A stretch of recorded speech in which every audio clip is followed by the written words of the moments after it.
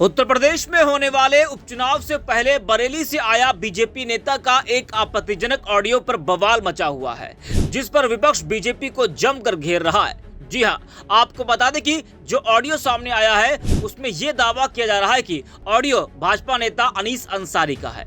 Audio में भाजपा अल्पसंख्यक मोर्चा के महानगर अध्यक्ष अनीस अंसारी व उन्हीं के प्रकोष्ठ की एक महिला की आवाज होने की बात की जा रही है।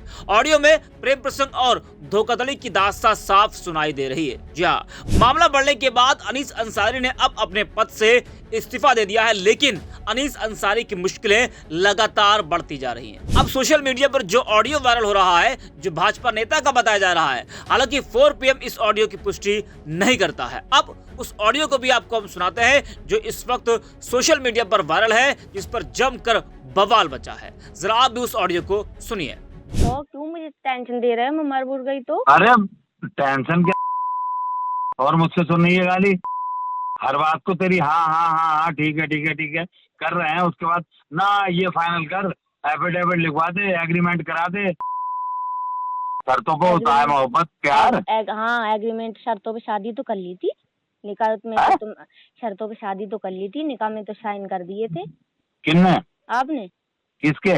जब आपका निकाह हुआ था, शादी हुई थी, तो आपने साइन कर दिए। तब तो शर्तों में आपने शादी कर ली। मेरे साथ तो आप मोहब्बत शर्तों में नहीं कर रहे। अपनी बीवी नहीं शर्त नहीं। अरे सुन,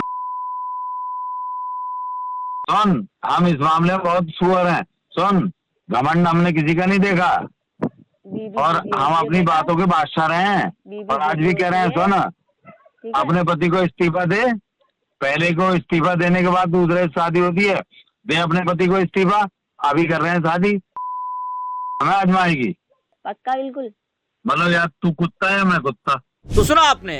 अब इसी ऑडियो को लेकर विपक्ष बीजेपी को घेर रहा है। कई तरह के सवाल भी बीजेपी पर खड़े हो रहे हैं। बता दें कि महिला ने आरोप लगाया कि भाजपा अल्पसंख्यक मोर्चा के महानगर अध्यक्ष अनीस अंसारी ने उसकी जिंदगी बर्बाद कर दी है और अब वह दर दर भटक रही है। महिला का आरोप है कि अनीस ने उसे बड़े बड़े सपने दिखाए और पार्टी में शामिल करवाया। इसके बाद वह महिला को विभिन्न भाजपा की बैठकों में साथ ले जाने लगा, जिसकी उनकी नजदीकियां बढ़ती गई।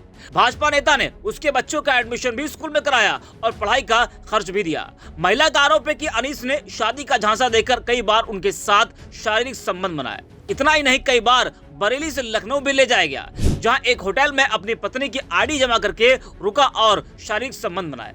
अनीस अंसारी ने महिला को भरोसा दिलाया था कि अगर वह अपने पति से तलाक ले लेगी तो वह उससे निकाह कर लेगा। महिला ने भाजपा नेता के कहने पर अपने पति को भी तलाक दे दिया। तलाक के बाद महिला अपने 2 बच्चों के साथ एक छोटे से किराए के कमरे में रहने लगी। जब महिला ने अनीस अंसारी से शादी करने को कहा तो वह उसे फोन पर गंदी गंदी गालियां देने लगा और शादी करने से मना कर दिया। अब इस पूरे मामले को लेकर पीड़िता का क्या कुछ कहना है, वो भी आप सुनिए। नाम फरा मुस्कान है। मुस्कान जी, बताना चाहेंगी कि क्या दिक्कत है, क्या हुआ है आपको, किस लिए आज आपने प्रेस वार्ता रखी है? सर, मैं यहाँ विधायक जी से मिलने आई थी और अपनी बात रखने आई थी। मैं बहुत परेशान हूँ और लगभग 2.5-3 साल पहले मैंने बीजेपी ज्वाइन की थी।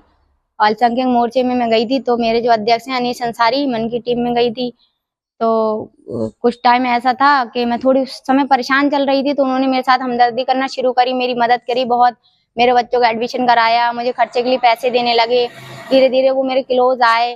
फिर उन्होंने मोहब्बत का मतलब शुरुआत करी। फिर हम लोग इतने क्लोज आ गए कि मियाँ बीवी की तरह रहने लगे। फिर कहीं ना कहीं मुझे ऐसा महसूस होने लगा कि मैं गलत कर रही हूँ। 2-2.5 साल तक ये सिलसिला चला, बहुत जद्दोजहद हुई, इनसे कई बार हुई। तो सुना आपने। वहीं जब महिला ने अनीस अंसारी से शादी करने का दबाव बनाया तो अनीस ने उल्टा महिला को ब्लैकमेलिंग का आरोप लगाकर हनी ट्रैप का केस दर्ज करवा दिया।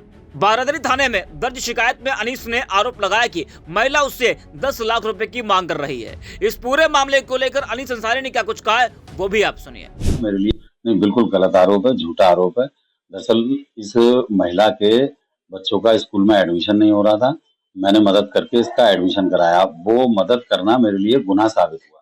उसके बाद अक्सर वो पैसे मांगती थी और इतना मांगती थी कि उसने एक बार मुझसे 10 लाख रुपए की डिमांड कर ली। 10 लाख रुपए की डिमांड करी, मेरी समझ में आ गया कि ये मेरे साथ चीटिंग कर रही है। पिछले महीने की 10 तारीख को मैंने ये FIR दर्ज कराई। 5 बच्चे हैं मेरे, पत्नी है, बहन भाई सभी हैं, मेरे रिश्तेदार हैं, सब मेरे साथ खड़े हैं। अगर मैं इतना घिनौना कृत्य करता तो कम से कम मेरी पत्नी और मेरे बच्चे तो मेरे साथ खड़े नहीं होते। तो सुना आपने ये मामला इस वक्त बीजेपी के लिए मुसीबत खड़ा कर रहा है। इससे पार्टी की जमकर फजीहत हो रही है। वह इस पूरे मामले को लेकर कांग्रेस ने एक्स पर लिखा है कि बरेली में एक भाजपा नेता के नेताजी का ऑडियो वायरल हो रहा है, जिसमें उनके प्रेम प्रसंग और धोखाधड़ी की दास्तां साफ सुनाई दे रही है। दरअसल इस नेताजी ने 2 साल तक इस महिला का शोषण किया और जब निकाह की बात आई तो मुकर गए। फिलहाल नेताजी इस्तीफा देकर पार्टी को बचाना चाहते हैं, जबकि सभी लोग पहले से जानते हैं कि बलात्कारी जनता पार्टी के विचार और संस्कार क्या है। जिस दल में सभी बलात्कारी सुरक्षित रहते हैं और पीड़िता अपने न्याय के लिए दर दर की ठोकरें खाती रहती है, वह क्या इस महिला को न्याय मिलेगा? तो इस तरह के सवाल इस वक्त बीजेपी पर खड़े हो रहे हैं।